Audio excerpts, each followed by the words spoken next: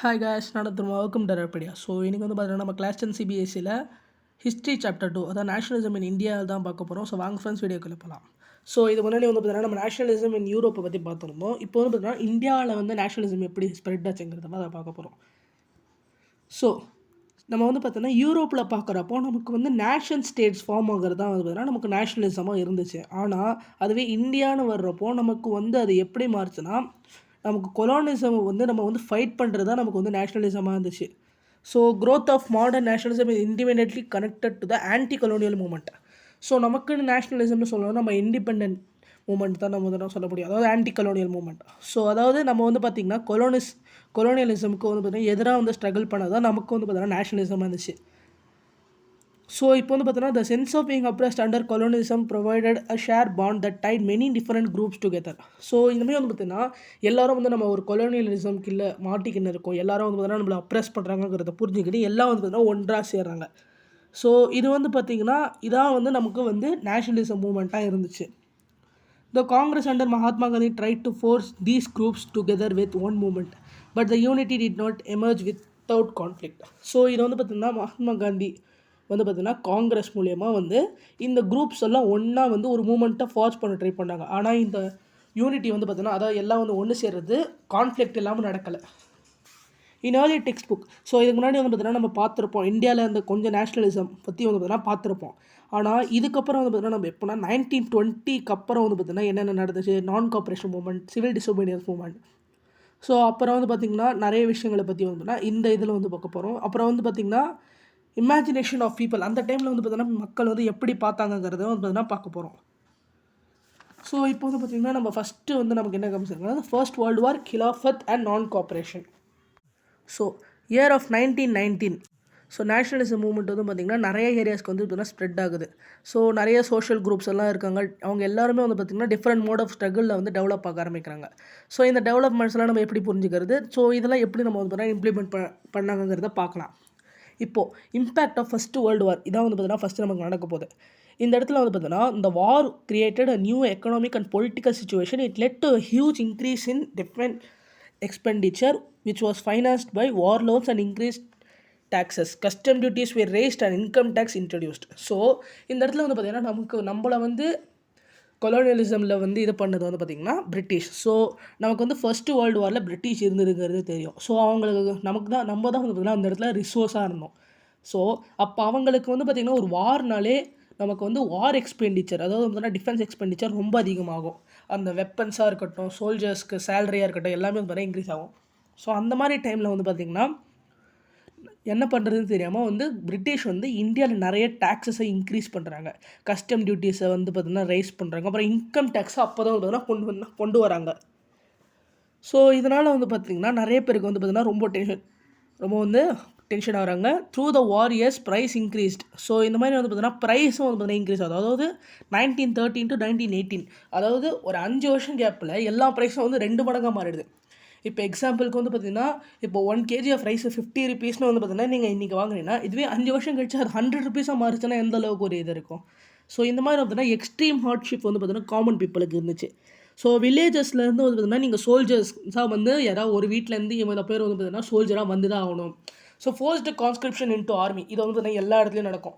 So இப்போது நம்ம வந்து பார்த்திங்கன்னா இதை வந்து முன்னாடியே பார்த்துருப்போம். நெப்போலியன் வந்து பார்த்திங்கன்னா இந்த மாதிரி பண்ணதுனால தான் நிறைய பேருக்கு வந்து அவர் மேலே இருந்த ஒரு இது வந்து பார்த்திங்கன்னா போயிருக்கும். அவர் மேலே இருந்த ஒரு சப்போர்ட் வந்து பார்த்திங்கன்னா ஒரு ஹாஸ்டிலிட்டியாக மாறி இருக்கும்.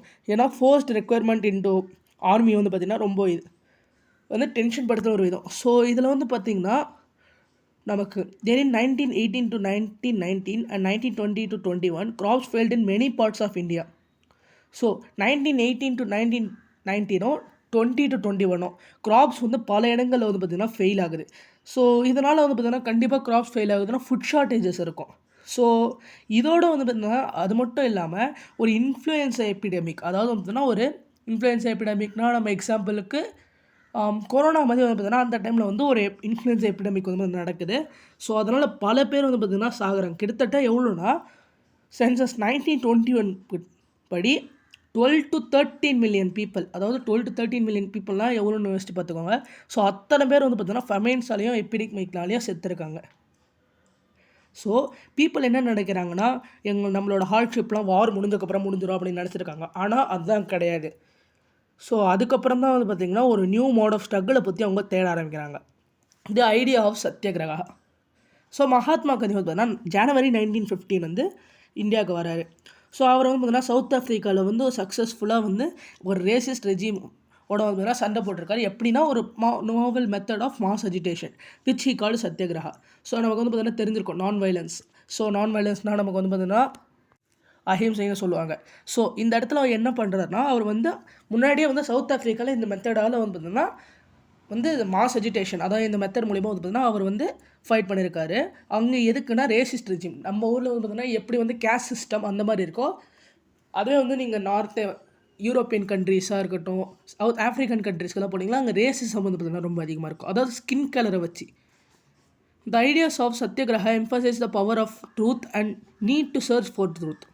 ஸோ அதாவது இவர் என்ன சொல்கிறாருன்னா நம்ம வந்து ஐடியா ஆஃப் சத்யகிரகா என்னென்னா ட்ரூத்தோட பவரும் அப்புறம் வந்து பார்த்திங்கன்னா அந்த ட்ரூத்தை வந்து தேடக்கூடிய அந்த சர்ச்சு தான் நமக்கு வந்து ஐடியா ஆஃப் சத்யகிரகா.